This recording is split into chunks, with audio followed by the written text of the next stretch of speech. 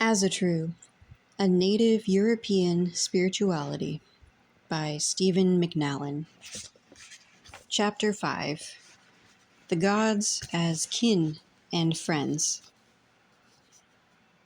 If the holy powers exist, what is their relationship to us?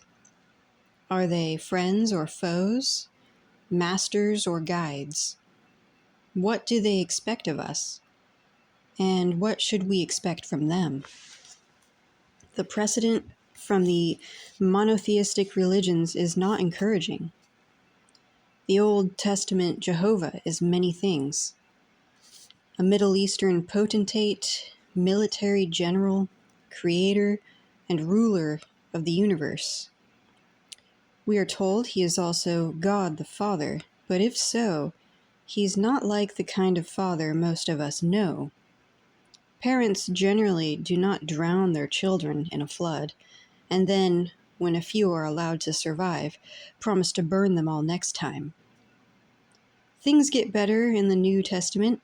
Jesus has a very different personality from Jehovah, but the most persistent image of him is not that of a brother or a father, but of a shepherd who looks after a flock of sheep. This may be comforting, but it is hardly flattering to humans. Sheep may be cute and cuddly, but they're not family. They also get shorn. Allah is much more like the Jehovah we know from the Old Testament. He demands obedience and worship. Indeed, the word Islam literally means submission. No term could better describe the marginal existence of non-Muslims in a Muslim-dominated country. The great monotheistic faiths view humans as slaves or as property. Native European religion views humans as kin and as friends. Bloodkin to the gods. There is a story from our lore that tells how we came to be kin to the gods and goddesses. Heimdall, one of the gods, wanted to visit the world of humans.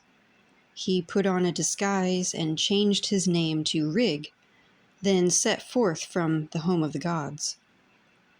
As he walked along the seashore, Rig came to a humble cottage. Approaching closer, he could see that it was a rough dwelling, lacking decoration and of the simplest craftsmanship. He was not surprised to enter and see a poor and not very attractive couple sitting around a crude fire built on the floor. I and Ada were their names, and Rig accepted their hospitality. Dinner was simple, and soon all three of them retired to bed. The traveler took his place between the husband and wife, and so it went for 3 nights. 9 months later, Ada bore a son, whom she named Thrall. He was as rough as she, and when Thrall grew up, he married a girl of his own station, and they bred a large family. Their children were no more elegant than their parents. Coarse and ill-shapen, they are progenitors of the class of slaves and servants. Again, Rig went walking, and in time he came to another house. It was simple, but well built and maintained with care. Upon going inside, he saw a neatly dressed man and woman sitting at the fireplace. Afi and Amma were their names. The two worked industriously, braiding wool and carving tools from wood. Dinner was boiled meat with bread, hearty fare, and the best they had. Soon the evening ran late, and it was time for bed. Rig slept between the two of them, and he stayed with Afi and Amma for 3 nights. After 9 months, Amma presented Afi with a child whom they called Carl. Ruddy and strong, Carl proved capable of all the crafts and skills of the farmer. In time, he took a wife, and their many children were also hard workers and practical. From them comes the line of prosperous yeomen. Rig, continuing his course, found himself before a third house. Its well-built door was open, showing the hospitality of the owner, and it was finely decorated. Walking inside, Rig saw a floor covered with clean straw, and sitting by the fire were father and mother. They were well dressed, mother in her fine bleached linen and a bonnet, with a brooch upon her breast, and father sat leisurely plaiting bowstrings and shaping arrows. When mother served food, it was on fine silver inlaid trenchers, and their wine was poured into golden cups. The food was plentiful and tasty, and they all made pleasant conversation over the meal. Rig slept in between them in the ornately carved bed, and 9 months later mother gave birth to a boy. He was flaxen of hair and fair of cheek, and his eyes were sharp and intense. Mother and father swathed him in silk and named him Earl. From him come all the ranks of rulers and conquering warriors. There is more to tell of Earl and Earl's sons, but their adventures are beyond the scope of our tale. This story makes the point that, regardless of our class or social position, we are descended from divine stock. Heimdall, in the guise of Rig, fathered the 3 classes from which all northern folk are descended. The essence of the holy powers lives in us.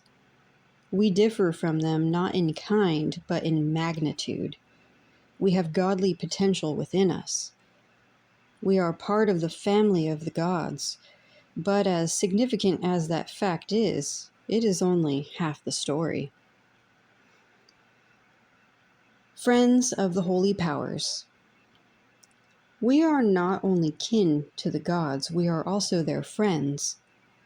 Looking through the old Germanic literature, we see that this idea of friendship between the holy powers and human beings is a popular one.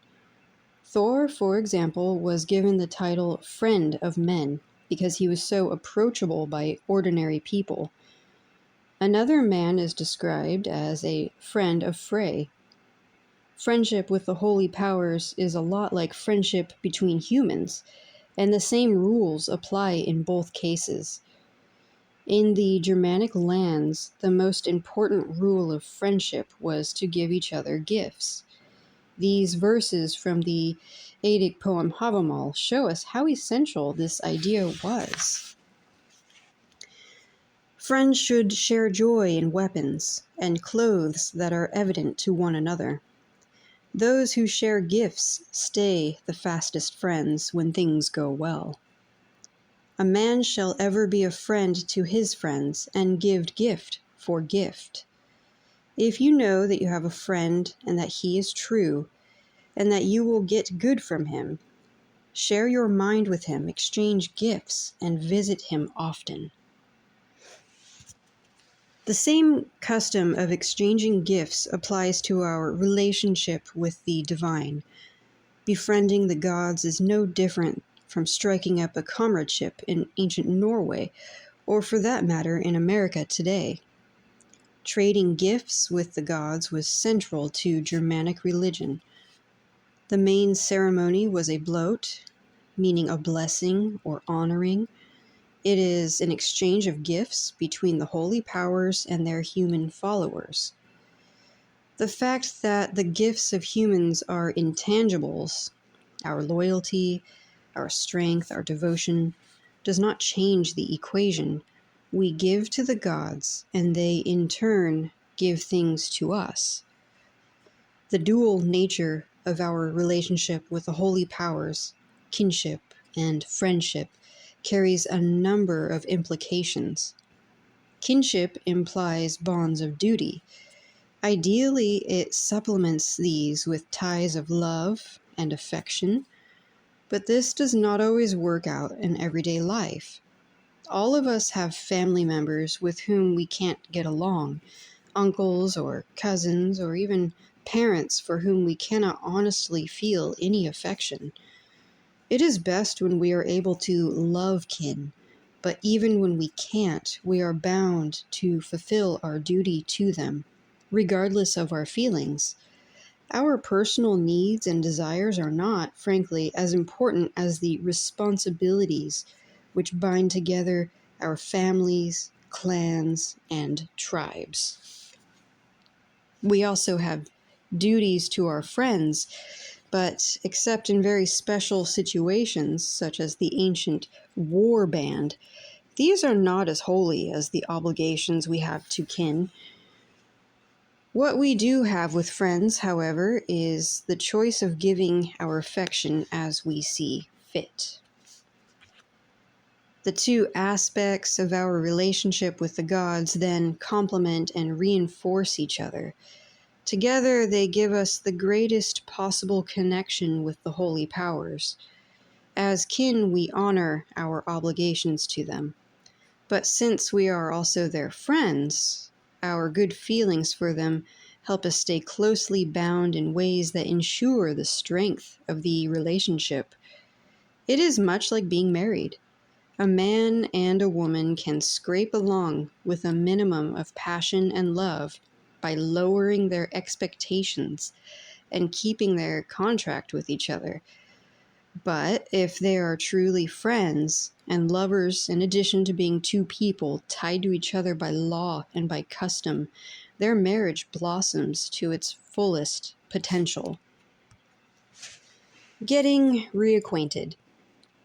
If we are kin to the holy powers, why doesn't life go more smoothly? Why do we have so many difficulties? Why are we sometimes defeated by the circumstances around us? Surely this can't happen if we have the superhuman might of the gods on our side, can it? We have to recall the many centuries which have led us to this point. Yes, we are kin to the mighty ones, but we have been estranged from them, individually and as a people, for 1,000 years or more. Most readers of this book were not born into Asatru, and had at best a hazy idea of the gods and goddesses until quite recently. Perhaps some of us knew that our forebears once had a religion of their own, but few of us have had much more than a rough idea about that faith until relatively recently. Our relationship with our ancestral heritage has been damaged for a long, long time, and we are only beginning to repair it. Moreover, it was not the holy powers who turned their back on us, but we as a people who abandoned them. It took about 1,000 years to tear the Germanic people from their religious roots, but eventually torture and greed triumphed. The old ways faded from the awareness of all but very few men and women who secretly kept the spark alive. The gods and goddesses never went away, though. They are still here, waiting for us to return to the wise ways of the past. We must renew our relationship with them before we can reap the benefits of our mutual kinship and friendship. Because we are the ones who opted out of our relationship 1,000 years ago, we have to prove ourselves to the gods. Like a straying husband who wants to come back to his wife, it's up to us to demonstrate our sincerity. We must make the effort to rejoin the family. Even in ancient times, blood relationship was not always enough to qualify an individual for acceptance into the clan. Newborn babies were not officially taken into the family until 9 days after birth, by which time they had shown their worthiness by surviving. At that point, the father of the family would give the child a name and recognize it as a member of the group. We are in much the same situation. We've been separated for a very long time, and we must rebuild a relationship that has suffered from severe neglect. If it is necessary for us to renew our bonds of kinship with the holy powers, it is even more important to reestablish our ties of friendship. The lore makes it clear that friendship requires maintenance. Gifts need to be given, visits need to be made, time needs to be spent in each other's company. Most of us have not even known that the gods existed, much less that we needed to refresh a friendship long gone dormant. Fixing our connections with the gods will not suddenly solve all our problems, but it is a first step on the road back to wholeness. It will bring us benefits in the form of greater connection, increased creativity, and other gifts of the spirit. This does not mean, however, that life suddenly becomes easy. One key part of the Asatru worldview is evolution. Although we share all the potential of our gods, we can grow to be more like them only by struggle. In some religions, it is enough to believe, accept, and submit. But Asatru know that this is not enough, that we must prove ourselves by worthy deeds. The gods give no free rides. What we are not.